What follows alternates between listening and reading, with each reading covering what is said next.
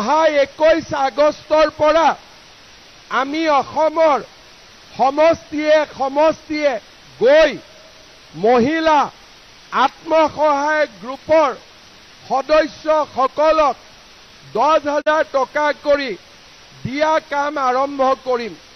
কিন্তু এই আঁচনিত বহুত মহিলাৰ নাম এতিয়াও সোমোৱা নাই। বহুতৰ নাম আছে, বহুতৰ নাম নাই। কিন্তু আমি অসমত আমাৰ টাৰ্গেট হল 40 লাখ মহিলাক দিয়া।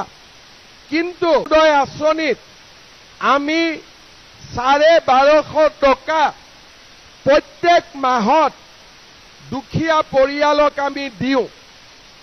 এইবাৰ আমি কৈছো যে অৰুণোদয় লগতে আমি সকলো পৰিয়ালক গেছৰ চিলিণ্ডাৰ কিনাৰ কাৰণে আৰু 250 টকা আমি দিম।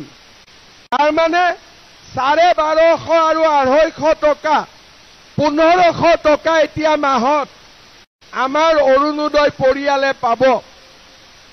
এই আঁচনি আমি বিটিআৰত সকলোকে দিব পাৰিম যেতিয়া বিটিআৰ চৰকাৰৰ দায়িত্ব আমাৰ বিজেপি দলৰ হাতত আহি পৰিব।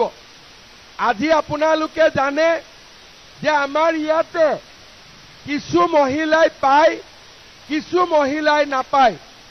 কিন্তু আমাৰ দায়িত্ব যাতে সকলোৱে এই চৰকাৰৰ আঁচনি পাব পাৰে।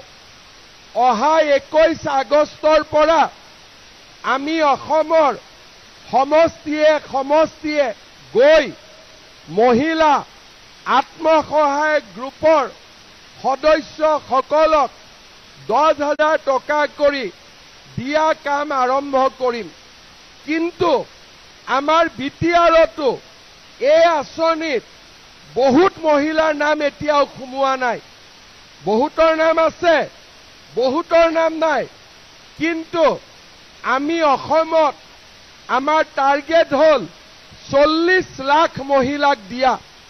কিন্তু মই বিটিআৰত লিষ্ট চাইছো, যদি জাগিৰোডত 40,000ৰ নাম আছে, বিটিআৰত 10,000 12,000 মহিলাৰ নাম আছে এটা সমষ্টি। তাৰ মানে চৰকাৰৰ আঁচনিবিলাক ৰাইজে ধুনীয়াকৈ পাব পাৰিব। এতিয়া মই মিটিঙত আহিয়েই মই অলপ দেৰি খোজকাঢ়ি গলো। মোক ল'ৰাবিলাকে কি সুধিলে যে মামা পুলিচৰ চাকৰি ৰিজাল্ট কেতিয়া দিব? আৰু কি সুধিলে যে নতুন পোষ্ট কেতিয়া ওলাব? তাৰ মানে আগতেতো নুসুধিছিলে, আজিকালি কিয় সোধে? তেওঁলোকে জানে যে মামাই পুলিচৰ চাকৰিত 1 টকাও কাৰো পৰা ঘোষ নাখায়, দুখীয়া লৰাই চাকৰি পাব। হয়নে নহয়? আজি মানুহে দিছপুৰৰ চাকৰিক বিশ্বাস কৰে যে ইয়াত কৰাপশ্যন নাই, গণ্ডগোল নাই। এতিয়া বিটিআৰৰ মানুহে কোকৰাঝাৰৰ চাকৰিকো বিশ্বাস কৰিব লাগিব।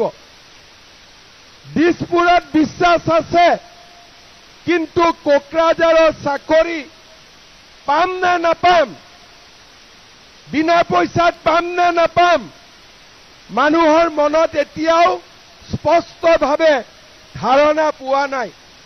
মই প্ৰমোদ বড়োকো কৈছো, আগতেও মই সকলো কৈছো যে দিছপুৰৰ চাকৰি যেনেকে গৰীব দুখীয়াই পাব পাৰে, কোকৰাঝাৰৰ চাকৰিও গৰীব দুখীয়াই পাব পাৰিব লাগিব। আৰু যেতিয়া কোকৰাঝাৰৰ চাকৰিও গৰীব দুখীয়াই পাব, ৰাইজে বিটিআৰকো বিশ্বাস কৰিব, কোকৰাঝাৰকো বিশ্বাস কৰিব, দিছপুৰকো বিশ্বাস কৰিব আৰু দিল্লীকো বিশ্বাস কৰিব। আমাৰ কাম হল যে দুখীয়া দৰিদ্ৰ এই মানুহখিনিয়ে সকলো ফালৰ পৰা চৰকাৰী সুবিধা পাব লাগে।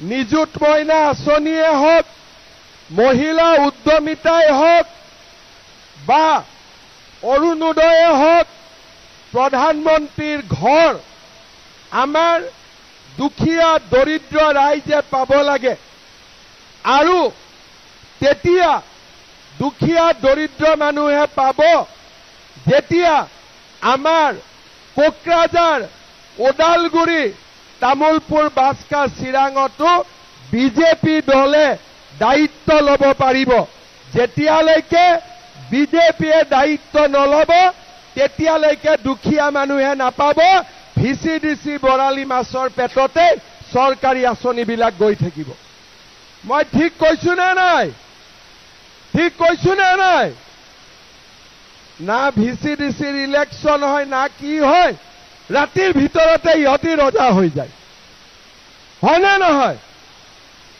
এতিয়া ইলেকশ্যন হৈ আছে MCLA EM কোনবা হ'ব আকৌ নতুন ভিচিডিচি হৈ যাব ভিচিডিচি বিলাক ৰজা হৈ যাব এই ব্যৱস্থাটো ঠিক ব্যৱস্থা নহয় সেই কাৰণে আমি এবাৰ যেতিয়া বিজেপিৰ চৰকাৰ হ'ব শক্তিশালী ভূমিকা হ'ব আমি ৰাইজৰ সমস্যাবিলাক সমাধান কৰিব পাৰিম